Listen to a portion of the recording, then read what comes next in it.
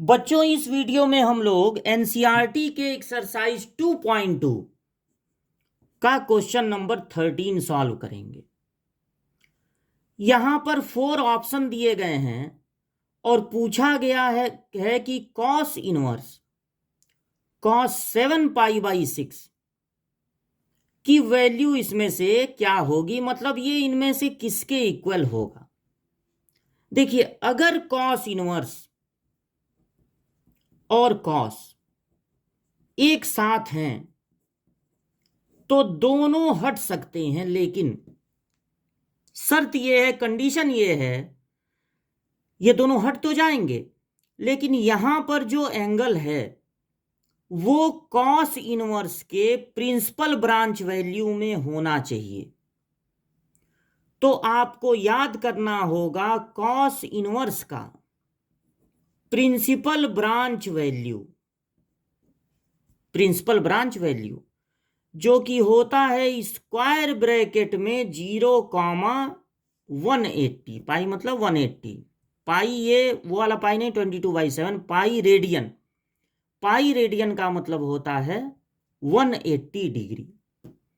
तो 0 से 180 तक में अगर ये एंगल है तो ही कॉस इनवर्स और कॉस हट सकते हैं। लेकिन यहां देखिए, पाई/6 का मतलब होता है डिग्री में 30 डिग्री। अब 30 में 7 का इंटू करेंगे तो आएगा 210। तो कॉस इनवर्स कॉस ये है 210 डिग्री, यानी 180 से बड़ा एंगल है यहां पे।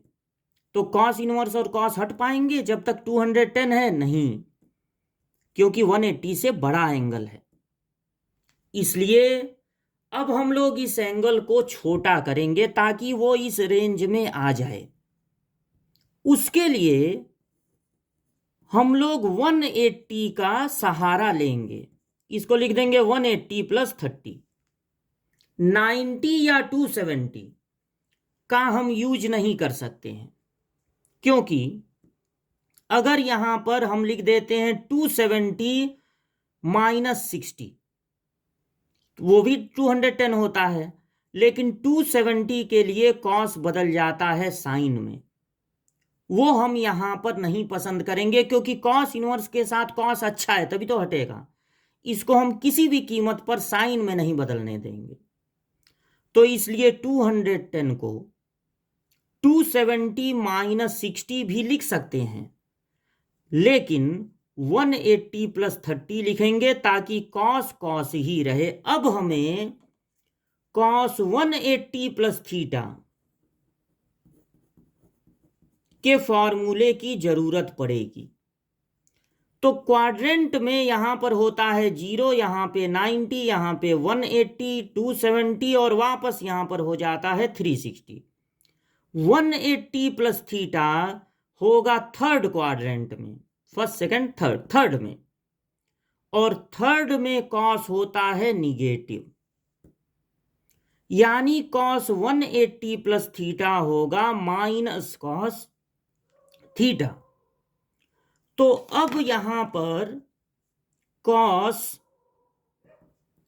180 + थीटा हो जाएगा -कॉस थीटा, यानी 30 -कॉस थीटा। अब कॉस इनवर्स और कॉस एक पास नहीं है, बीच में माइनस आ गया, तो इस माइनस को हटाना पड़ेगा। जब भी कॉस इनवर्स के साथ माइनस हो, वो माइनस बाहर आता है, लेकिन पहले लगाना पड़ता है पाई, तब वो माइनस बाहर आता है। ये रूल है कॉस इनवर्स का। तो ये माइनस बाहर आएगा, कॉस इनवर्स के साथ वाला माइनस बाहर आएगा, लेकिन पहले लगाना पड़ेगा पाई, तब ये माइनस बाहर आएगा और होगा कॉस इनवर्स कॉस 30। अब कॉस इनवर्स और कॉस एक साथ हैं, और जो एंगल है यहां पे 30, वो 0, 180 तक में ही आता है, 30 डिग्री भी। तो अब ये हट जाएंगे, तो बचेगा पाई -30 डिग्री। इसको डिग्री में इसलिए चेंज कर दिए थे ताकि आपको आसानी रहे समझने में कि ये इस रेंज के बाहर जा रहा है। अब वापस इस 30 डिग्री को आप रेडियन में बदल दीजिए। 30 डिग्री को रेडियन में अगर लिखना है तो लिखेंगे π/6 और 6 एलसीएम हो जाएगा। अब 6 पाई में से पाई माइनस होगा तो बचेगा 5 पाई। तो 5 π/6 अगर हम तुरंत ये हटा दिए होते तो मिलता 7 π/6, वो गलत हो जाता। आपका आंसर होना चाहिए 5 π/6, क्योंकि ये जो आंसर है वो इसी इंटरवल में है।